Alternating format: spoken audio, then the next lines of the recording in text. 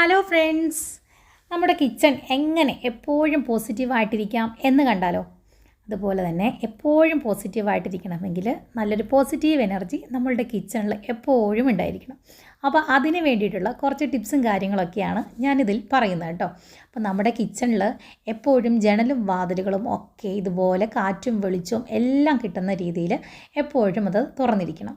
പിന്നെ അതുപോലെ തന്നെയാണ് ഇൻഡോർ പ്ലാന്റ്സിൻ്റെ ഒരു പ്രാധാന്യം.